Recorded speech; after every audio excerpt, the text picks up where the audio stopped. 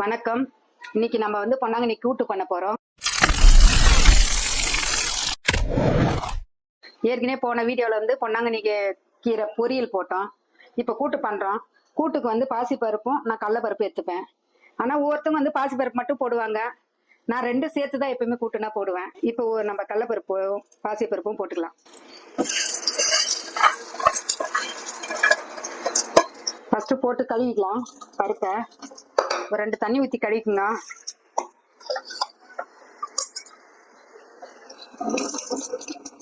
அதுக்கப்புறம் இங்க பாருங்க, தக்காளி போட்டுக்கிறேன். நான் மஞ்சள்தூள் கொஞ்சம் போட்டுக்கிறேன். இப்போ நம்ம ஸ்டவ் பற்ற வச்சிடலாம்.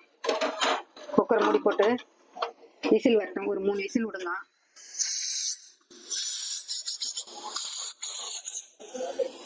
இப்போ நம்ம கீரை கட் பண்ணிக்கலாம்.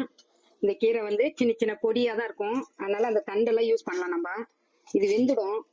இந்த கீரை வந்து ரொம்ப நம்ம காரம் இருக்காது. நம்ம செய்யும் போது காஞ்ச மிளகா தான் கிள்ளி போட்டு தாளிக்க போறோம். அதனால எல்லாருமே சாப்பிடலாம். உடம்பு சரியில்லைன்னா கூட இந்த கீரையை நல்லா எடுத்துக்கலாம். இந்த நாட்டு பொன்னாங்கண்ணிக்கும் நார்மல் பொன்னாங்கண்ணிக்கு என்ன டிஃபரன்ஸ், அதை எப்படி கண்டுபிடிப்பாங்க? நாட்டு பொன்னாங்கண்ணி வந்து ரொம்ப பொடியா இருக்கும், அதுதான் நம்ம கண்டுபிடிக்கிறது. ரொம்ப பொடி சின்ன சின்னதா இருக்கும். சீமை பொன்னாங்கண்ணி பெருசா இருக்கும், ஆனா அது தண்டுலாம் போட மாட்டாங்க, யாரும் செய்ய மாட்டாங்க. இது வந்து தண்டோட செய்யலாம். இது என்னன்னா மண்ணுக்கு ரொம்ப கிட்டவே தான், ரொம்ப ஹைட்டெல்லாம் வளராது. அதனால ஒரு 3 தண்ணி 4 தண்ணி ஊற்றி அலசிடுங்க, ஏன்னா மண் இருக்கும். இப்போ ஸ்டவ் பற்ற வச்சுக்கலாம்.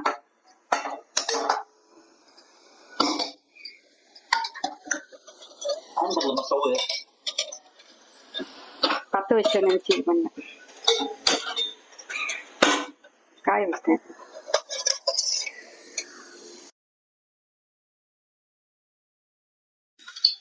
கடுகு போட்டுக்கலாம்.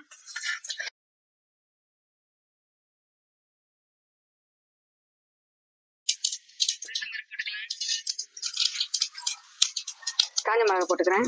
காஞ்ச மிளகா சீரகம். நான் வந்து சாம்பார் வெங்காயம் போட்டுக்கிறேன். சாம்பார் வெங்காயம் இல்லைன்னா பெரிய வெங்காயம் போட்டுக்கலாம். ஆனால் சாம்பார் வெங்காயம் போட்டால் ரொம்ப டேஸ்டாக இருக்கும்.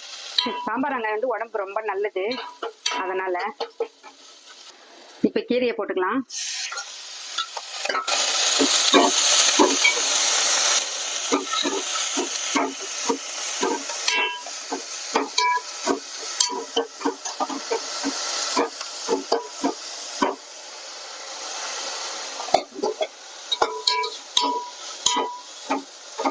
நம்ம கொஞ்சமா தண்ணி சேர்த்துக்கலாம்.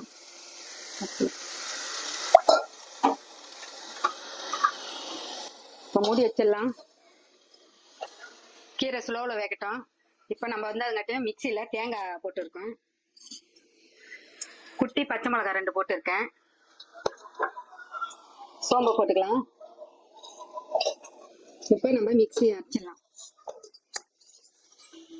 இப்போ ஒரு 5 நிமிஷம் ஆயிடுச்சு. கீரை வெந்துருச்சான்னு பார்ப்போம். கீரை வெந்துருச்சு. நம்ம இப்போ பருப்பு சேர்த்துக்கலாம்.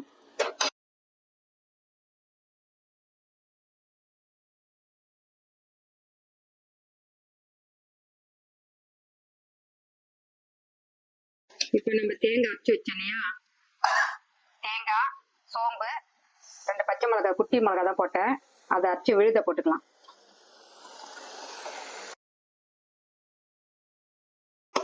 எல்லாரும் விரும்பி சாப்பிடுவாங்க. அப்படி குழந்தைங்க சாப்பிடலன்னா இது கூட ஒரு அப்பளத்தை பொரிச்சு போட்டீங்கன்னா அவ்வளோ டேஸ்டா இருக்கும். இதுவே நல்லா இருக்கும். நீங்க வேணும்னா குழந்தைங்களுக்கு அப்பளம் பொரிச்சு இறக்கும் போது போட்டு கொடுங்க. ஒரு 2 நிமிஷம் கொதிக்கட்டும். இப்போ வந்து கூட்டு ரெடி ஆயிடுச்சு நமக்கு. இப்போ ஆஃப் பண்ணிடலாம். இந்த கூட்டு வந்து சாதத்தோட, ரச சாதத்துக்கு நல்லா இருக்கும், கார குழம்புக்கு, அதுக்கடுத்து தோசைக்கு, புளிச்ச தோசைக்கு ரொம்ப நல்லா இருக்கும். குழந்தைங்களுக்கு சின்ன வயசுல இருந்தே கீரை கொடுத்து பழகப்படுத்துங்க. சின்ன குழந்தைல இருந்தே கீரை அது மாதிரி கொடுத்து பழகப்படுத்துங்க. அப்பதான் குழந்தைங்களுக்கு தேவையான எதிர்ப்பு சக்தி எல்லாம் கிடைக்கும். குழந்தைங்களும் ஆரோக்கியமா இருப்பாங்க. இது என் மருமக சேனல். சப்ஸ்கிரைப் பண்ணுங்க. நன்றி, வணக்கம்.